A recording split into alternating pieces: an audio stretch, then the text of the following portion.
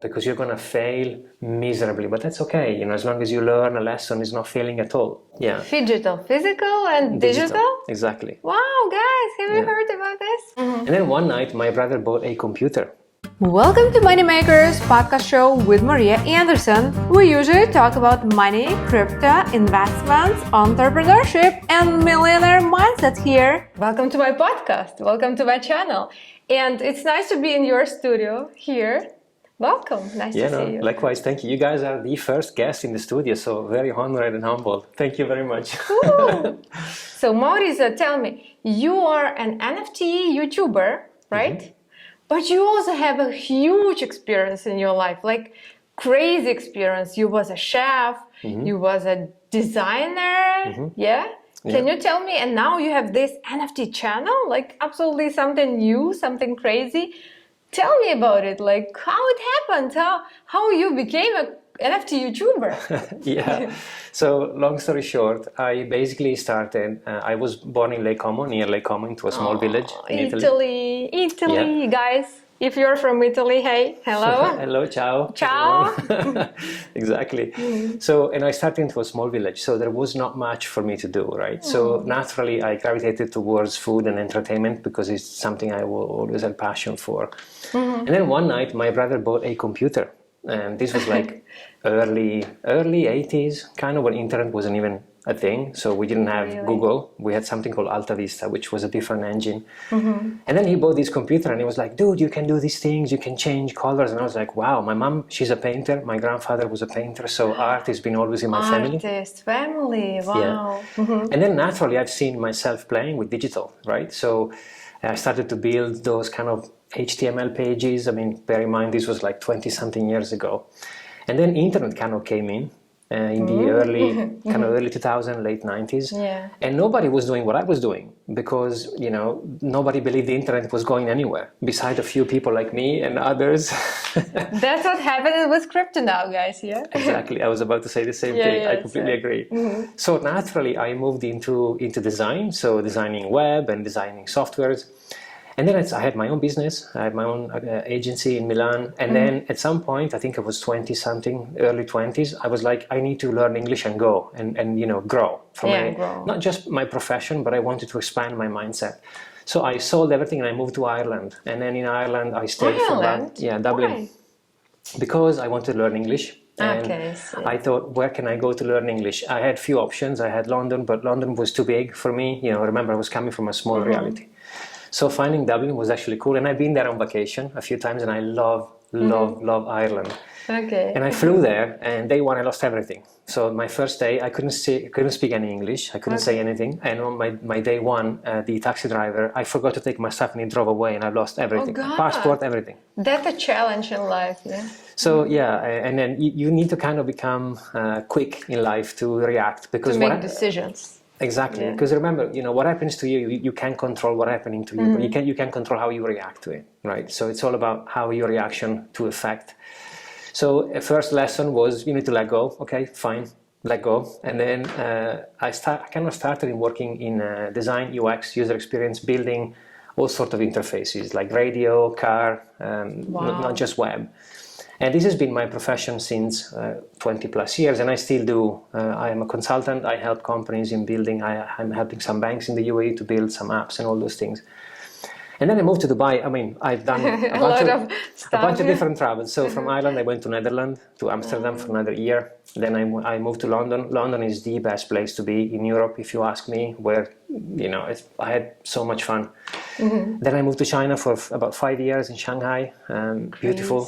Then I've done Japan, and then I've done US, and then back in London, and now in Dubai. So I've been always traveling and moving around. Nice. Can you imagine? Yeah. And a lot has happened in between. You know, you go through experiences, you meet people, you lose stuff, you make friends, and you know. And I think this is what I love about life: that you create your own adventures, right? So it's kind of cool.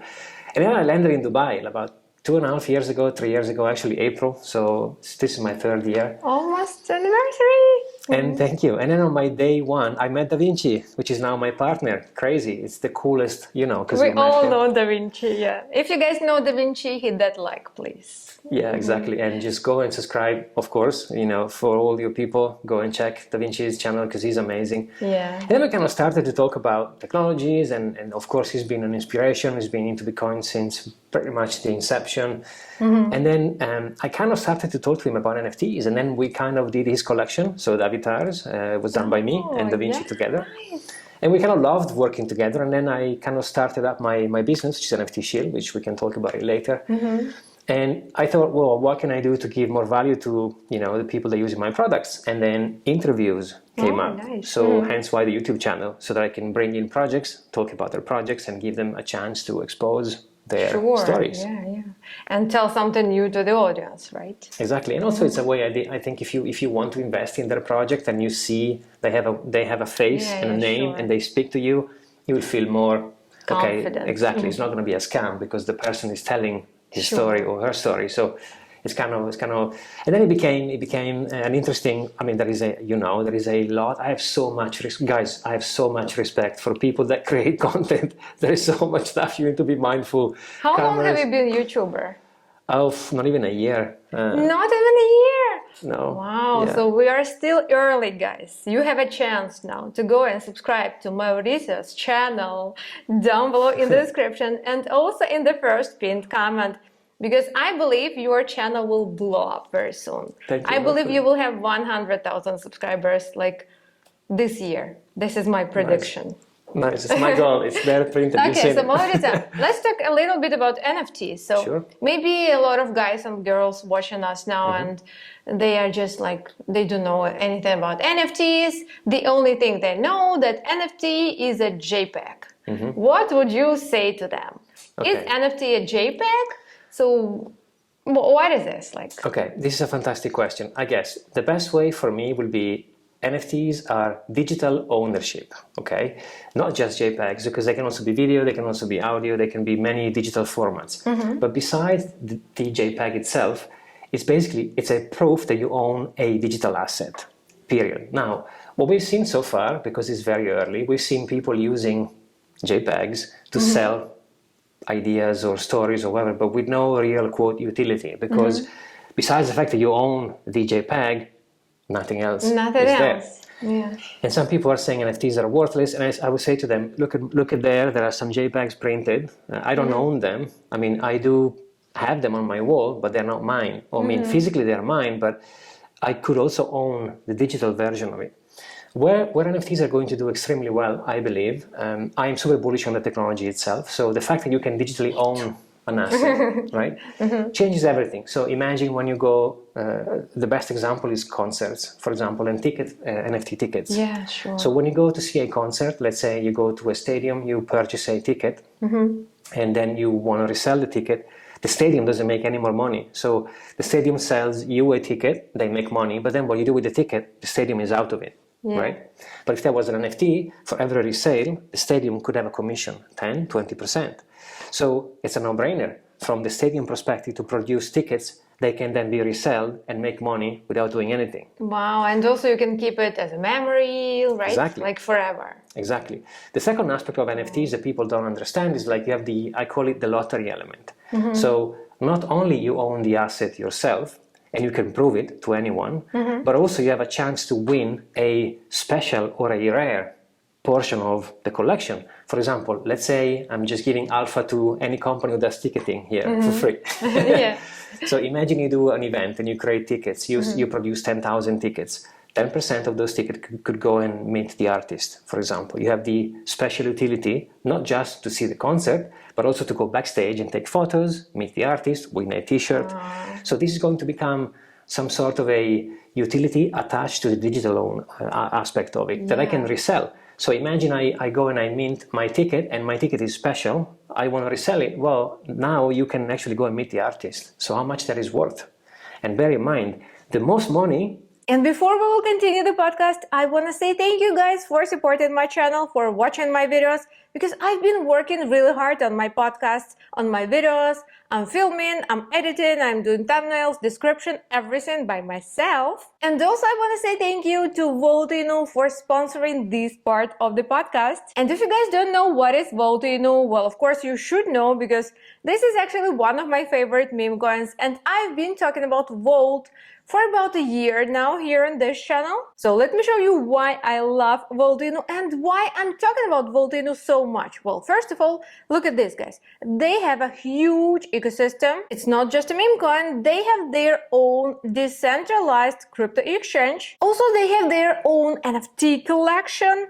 Amazing NFT collection, definitely check it out. I will leave you all the links in the description. Also, they already have this crypto game where you can earn an actual crypto. And do you know what I love the best about Voltinu? That this crypto meme coin project actually survived bear market. This is very important, no joking. As you can see, they are using Ethereum blockchain, Binance Smart Chain, and Polygon chain. And yeah, why not to download this decentralized crypto exchange, Volt Exchange, and just try how it works. Also, guys, check it out. They have an actual Visa crypto card. I'm telling you guys, this is not just a regular meme coin, because they've been listed on 82 centralized exchanges. I'm personally very bullish on Volt. I'm invested in Volt, and you will see a lot of Voltinu videos on my channel. And now let's get back to the podcast.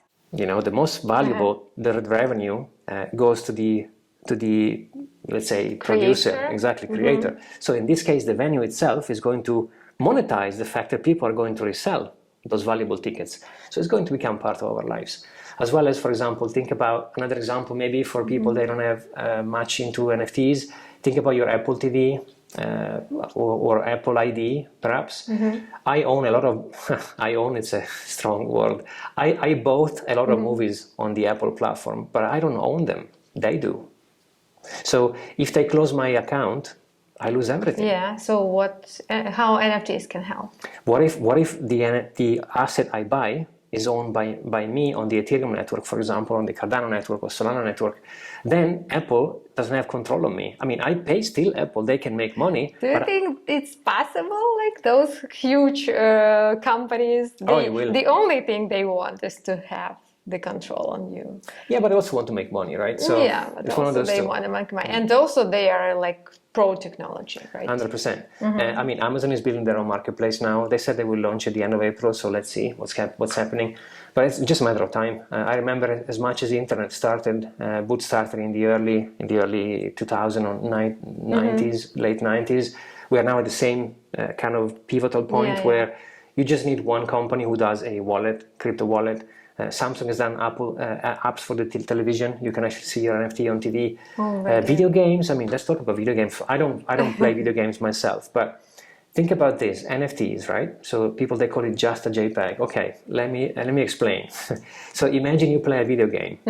Nowadays, happens on your phone or your computer. You actually purchase in-game assets.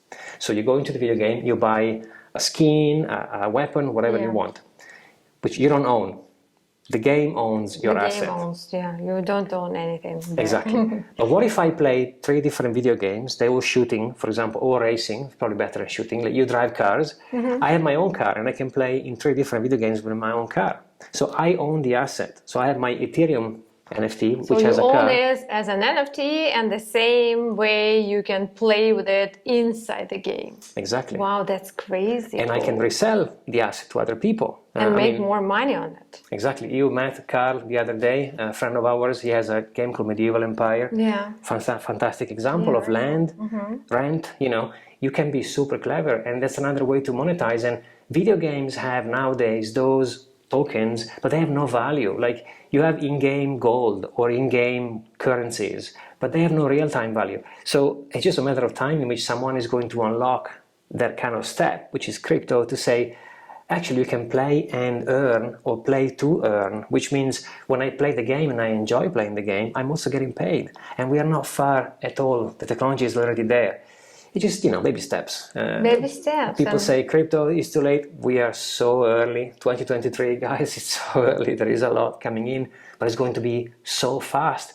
because if you think about it, when internet launched in the early, let's say 2000, there was no internet. We only had radio and television. So newspapers, like what? exactly, and it was very localized in your own language. It wasn't global. Now we have internet pushing these technologies, so they're going to go so much faster. And you have people like myself, yourself, building on top of each other. So we're talking about years, and NFTs are going to revolutionize our life. I do believe we will have content. For example, you'll be paid to create content, you'll be paid to watch content, you'll be paid to play video games. You will have all those things, and we wouldn't even imagine our life without it. Like, think about your life without your phone for 24 hours. It's crazy, right? You can't. Everything is in your phone. Your bank, your friends, your calls, and your movies, everything. So we're going to get into a point where, you know, as they say, Web 1 is read only, Web 2 read and write, and Web 3 read, write, and own. I think we are moving towards that point where you will actually own your own asset, and you will be paid to do things. So it's very exciting. It's very exciting, and we are still very, very early, guys. Super early. Very, very early. Yeah. So, okay, so we can do crypto gaming, we can do these tickets, and what about like real life, everyday stuff like schools, hospitals, I don't know, universities? Can we use NFTs in these areas? What do you think? Of course, think about your diploma, your degree. How do you know it's valid? Just a piece of paper and something like in a... Anyone can take a piece of paper and print whatever they want. Think about your watch. Like if you own a Rolex. Okay, let's talk about a real life example. Beautiful question. Okay, let's say I buy a Rolex. Okay. And I can only buy Rolexes in second hand because those guys, they don't sell them in stores anyway. But let's say I do acquire a Rolex. Rolex, if you're watching this video, contact us. Exactly. Otherwise, we will go to a secondary market. Contact us. Exactly. So you go into a secondary market and you say, I want to buy that watch. Okay, how do you know it's real? You don't. You personally don't. You have to be like a super specialist, something like, I don't know. Exactly. But I know I have a friend, for example, he's crazy about watches, and what he does, he goes into dealers, he buys them, he sends them to his friend in New York to analyze them, and then he sends them back and he buys them. Okay, think about how tricky this is in terms of time, money, risk in losing the package in between. And then the other guy could be faked. Like, if the fake is so good, he could say it's real, but it's not. And the only thing Rolex does, they give you a certificate, which is a piece of paper. And it's so easy to, piece of paper with a stamp. Come on. Okay, what if there was an NFT that certifies that you own it? It could be a car, a watch, a whatever collectible item. Apartment. It could be your ID, your passport, anything. Now, no one is in between. So there is only you, the owner, and the blockchain itself, which can be hacked. It can't be hacked because, you know, Ethereum is one of the safest networks ever. So then you only need to trust the network. Of course, you have to make sure that the address is there is correct. You know, there is check you have to do. I'm not saying you can just go and buy whatever you want on Ethereum. No, you have to do your diligence. But it's going to be next to impossible to falsify it. As much as you know now, when someone owns a Bored Ape NFT, well, there is a collection, there is an address, those are official. If you want to resell it, there is no brainer. I mean, you can't scam anybody like this. You can scam when they change the address, they send you emails, they do phishing, yes. But if you do your three things, your check, your diligence, then there's no third party. So we will see in real life assets, even for collectibles, 100%. We will see even for properties, for any kind of physical. Real life. Yeah, and they are now doing something called phygital, which is physical and digital together. Phygital, yeah. Phygital, physical and digital? Exactly. Wow, guys, have you heard about this? So, for example, you can go on it could be Nike, it could be Gucci, it could be all those brands they're pushing. Yeah, let's talk about this. What was the main, like the coolest collabs, NFT collabs with all these cool, huge brands that you recently seen? There's a few. So Gucci and Bored Ape is probably the biggest. They're doing pendant or necklaces coming out. So you only have to own this NFT, And they gift you, or they give you an ability to buy? So they have this concept where by purchasing a digital token, so you basically are showing that you own something, you will be then given a physical object. Oh, Then this is going to create two different, I mean, it's the same object, but in two different stages. You have the digital and the physical, right? So then it's going to be interesting to see how people are going to start collecting them. Because I remember back in the days, we used to have the Kinder eggs, you know, the chocolate that you open. Sure, my favorite. Same. I was collecting those small figures. Exactly. Some people, they went crazy because, you know, there was like a yellow plastic container. You open the container, there was like a little toy inside. But some people had only the toy and didn't have the instructions. Now, if you had both, it was worth more money because you have the instruction and the toy. I think you will see people into the collection, like, I don't know, Pokemons or whatever people, you know, baseball cards, all those things. They're going to go into physical and digital. And if you own both, you have special powers. For example, some of them are going to, I was reading the other day about a football team. I don't follow sports much. I love rugby, but there's this football team, I don't remember where, I think it was in Australia, where they are exploring the option to create, you know, that each has a team of fans, like the fan club, and they now get a piece of paper, plastic card saying you are a member. So they're going to do an NFT, and you will be able to vote on what sponsor the t-shirt is going to have. Cool. So through the DAO system, you know, DAO, decentralized authority system. So they're going to basically build and integrate with the fans so much more deeper. Hence why, yes, if you think about NFTs nowadays, you only have a bunch of JPEGs, but the technology is there, and people fail to see what the technology can do, and it's going to leverage everything. It's going to change entirely the way we behave.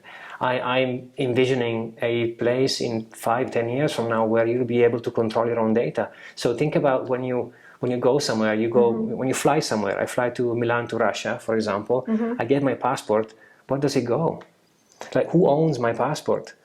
What if that was an NFT and I can recall it and I can forbid people to access it? You know, those things are going to come in play, and having everything decentralized is going to allow to chop the middleman off entirely and have just the two parties they want to do business, you know, and monetize in between. So it's going to be glorious. I can't wait. And I love your passion about the NFTs, because I have actually the same passion about crypto game and metaverse, everything. I just love it. So let's talk a little bit about some scammy projects, because we also have to be careful. We can't just trust any NFT collection, right? Because there are a lot of scams, unfortunately. So what would you recommend to do, how to research, how to do this? Do your own research, but what to do and how to do it? Yeah, that's a fantastic question. And yes, 100%, guys, don't trust anybody, don't even trust me. So do your own research always.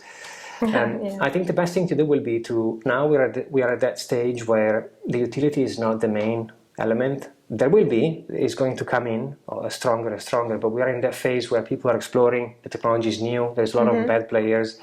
So I would say, there are friends I know, I have, they're called flippers, so they buy to resell. So if you want to be a trader, so-called, then you'll have to choose a different strategy. I don't trade NFTs, I buy only things that I like and I hodl. Okay, long that's term. how I do the same, yeah. So my main advice will be, well, first of all, buy something you like, because it's going to stay with you, because NFTs, difference from, like, let's say if you buy Ethereum or Bitcoin, you can sell it on spot, right? There's a market who buys it straight away. NFTs, they don't work like that. You have a value, but someone has to buy it from you, right? So always buy something you are willing to keep forever, because you might won't be able to sell it anymore. And for me, it's like playing the lottery or playing the casino. You know, you see something you like, you read the team, they are legit, you've seen some roadmaps that you like. So go to their website, right? Do your research. Check the team, check their social media, like... Yeah, social medias are tricky because you can buy followers nowadays and likes with bots, but check them, yes, go on their Discord, see how active the community is. And then, like I said, you know, depending on your mindset, you can be a trader or a holder. I hodl things that I like. Believe me, I don't buy NFT as much as many other people. I do love the technology. I am bullish on the technology itself, because for me, it's like art on the next phase, right? Even if you imagine you are a painter, you know, you paint and you paint in digital, right? And then you sell to someone. Well, how do you know that whatever you're buying is real?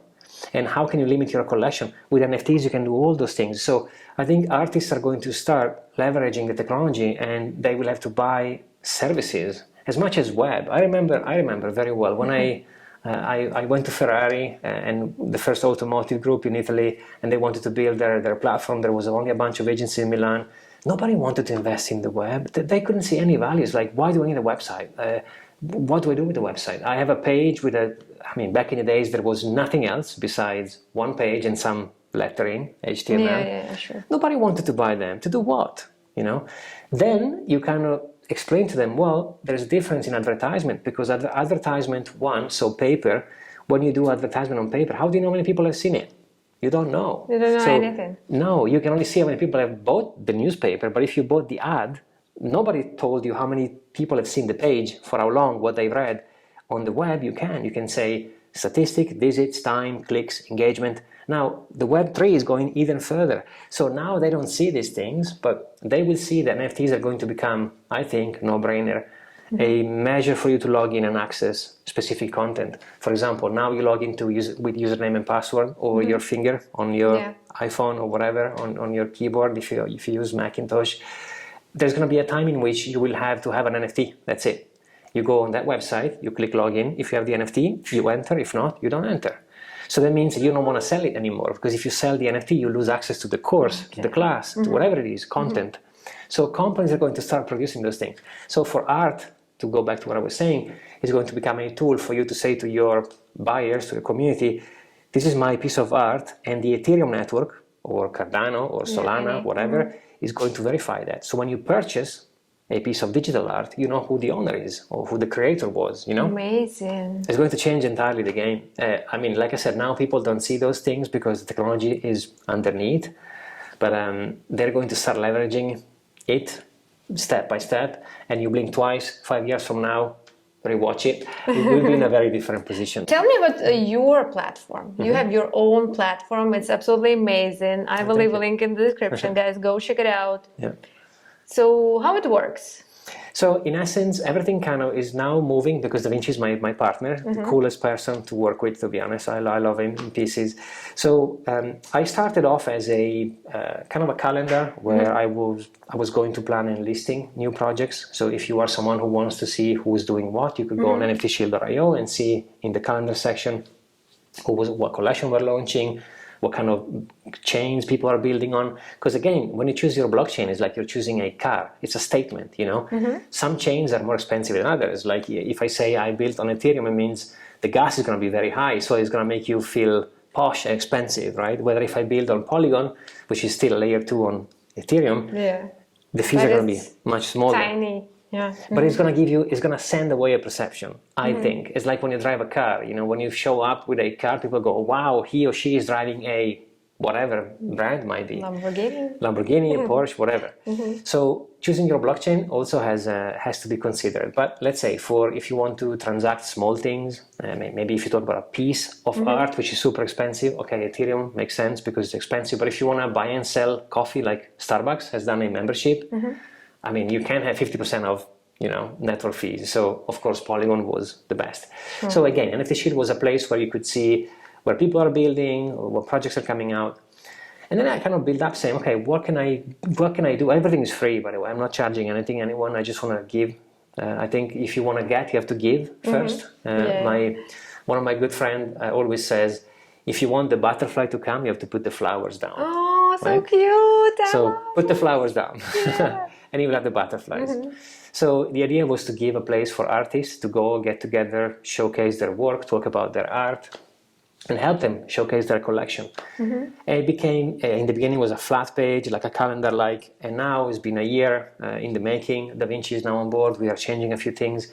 Now you can go register your collection. You can register your profile, change your data, which is super important, because many of the calendars out there already, you can just submit a project. But what if you want to change something? The URL, maybe you have an Instagram account or you have a Twitter account, you have to contact them again. Hey, can you please update? Whether we do have a login system, you can register for free and you can change your own data. It's your data.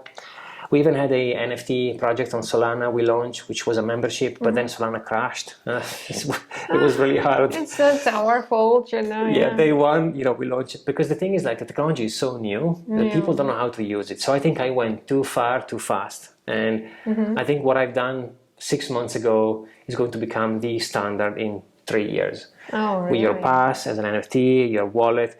I went in too fast and I think people got confused, and then Solana crashed entirely. So it was it was a learning process. I think as an entrepreneur, I think the number one skill is like pivot. The ability to pivot, to change and learn, because you're going to fail miserably, but that's okay. As long as you learn a lesson, it's not failing at all, because you can then... So failing is okay, guys. Failing is a lesson, yeah, 100%. And you just have to have the strength to keep up and keep punching, But if you love what you do, it's natural. So I work like a maniac. I work 20 hours a day and I love what I do. So I don't feel it.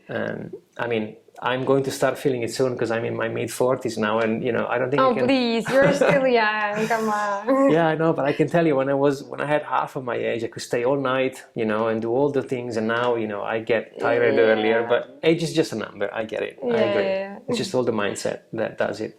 So then the NFT Shield became a kind of a place for people to go advertise, and now we have a YouTube channel where they can come on the channel, talk about their project.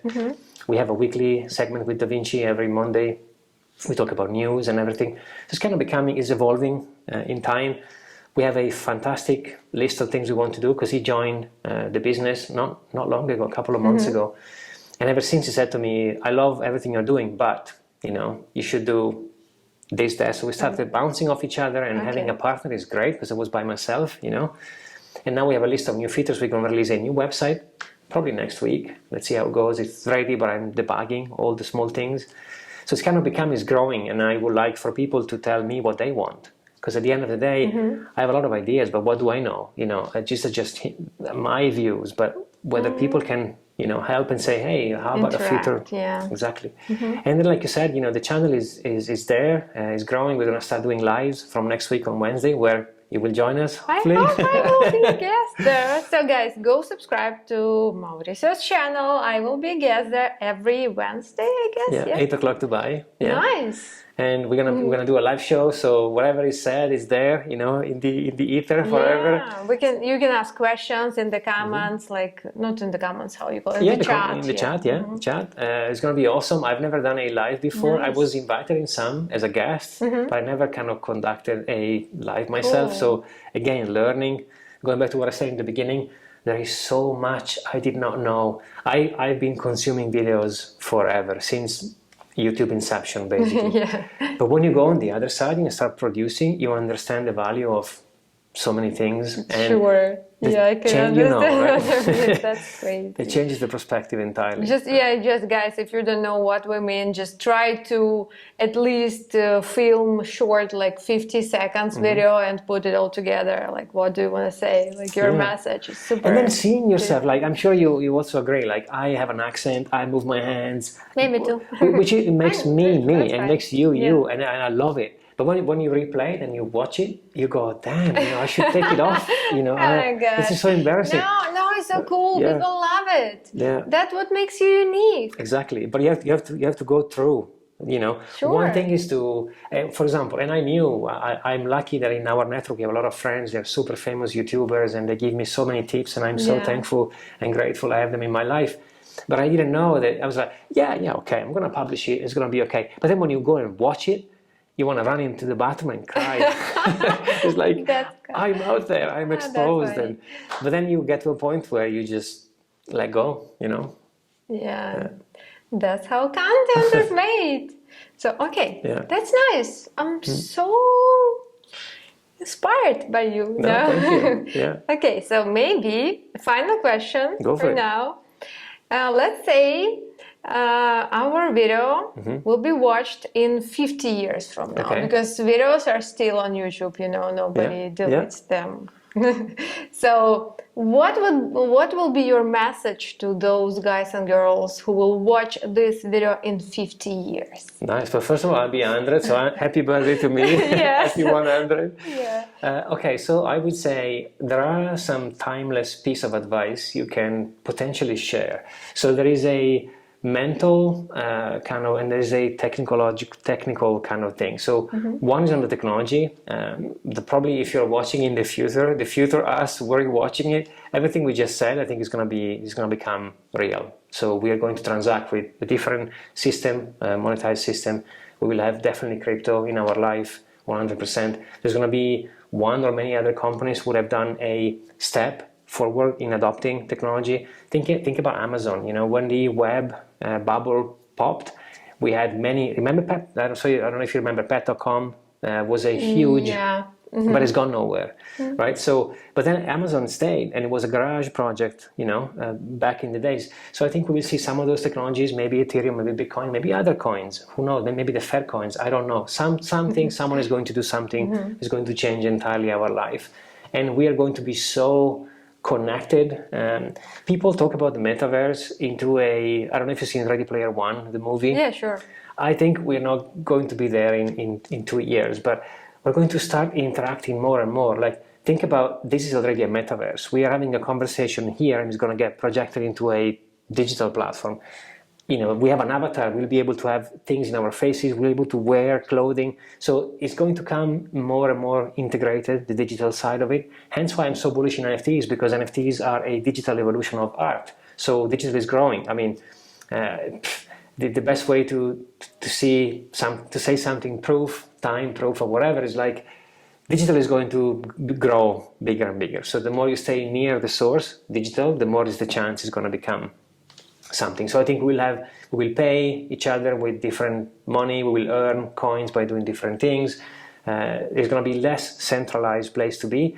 And I know some people are worried about CBDCs and the fact that they can control it, but we have also the choice to go and buy Bitcoins, like your advertiser. I have a B, but stays for Brooklyn. Okay. So I think we will be more, conscious of choices. We'll have a movement when it comes to all those things. And I think the blockchain is going to be massively integrated in everything we do. In 50 years, I guess, your own data will be in your own control, I guess. Finally. Super exciting. And I think the way we will interact in the social environment is going to change. I mean, think about now. Like, now you send messages to people, you send voice recording. Try to rewind 50 years ago and show someone that you could send a voice message. I mean, what? There are movies I've seen when I was a kid, like Back to the Future, where Michael J. Fox was FaceTiming someone, and I was like, whoa, FaceTime. Wow, you can see the face of the human who is calling you. Exactly. And this wasn't even 20 years ago. So there's going to be a lot of stuff with the blockchain technology. Specifically, there's going to be a lot of different movements. There's going to be a lot of advantages and, sadly, disadvantages, but the choice is always yours, right? You can always become your own bank. Yeah, it has its own risks, but and you're doing a lot of fantastic content in regards of your, ownership. So guys, keep watching. Maria is awesome. And that's going to be also another part of people are going to kind of become more responsible on their assets. And I think the digital part is going to grow more and more and more. And I think people are going to be paid. So think about it now. This is a bit of a 50 years maybe, but I think it could be there. So think about YouTube, or think about any revenue stream. So YouTube has a platform which is very centralized. They control what you can say, what you can't say, right? Yeah. And they pay a commission or a portion of the earnings to the creator itself, which is very little, right? There's going to be other companies producing social networks, growing. They will give most of the revenue to the creator, but also they will pay who's watching. So, because he's going to be paid to watch, of course. Like now, when people are watching advertisement, they're not paid. Actually, you have to pay YouTube to stop advertisement. So from a user perspective, for someone who's browsing videos, they have to pay YouTube to stop marketing on them. Crazy. I think it's going to reverse into a place where the platform is going to pay you to watch. So again, with all those tokens and all those unlocks of digital ownership, we will see a very different internet, which is going to be exciting to be part of. Exciting! Thank you! Thank you for this amazing podcast. Yeah, it was likewise. nice to talk to you, and see you on Wednesday. channel. Guys, Wednesday, 8 o'clock Dubai time, which GST, I think it is. Come and watch us chit-chatting about NFTs and Web3. Yeah. Bye! Bye!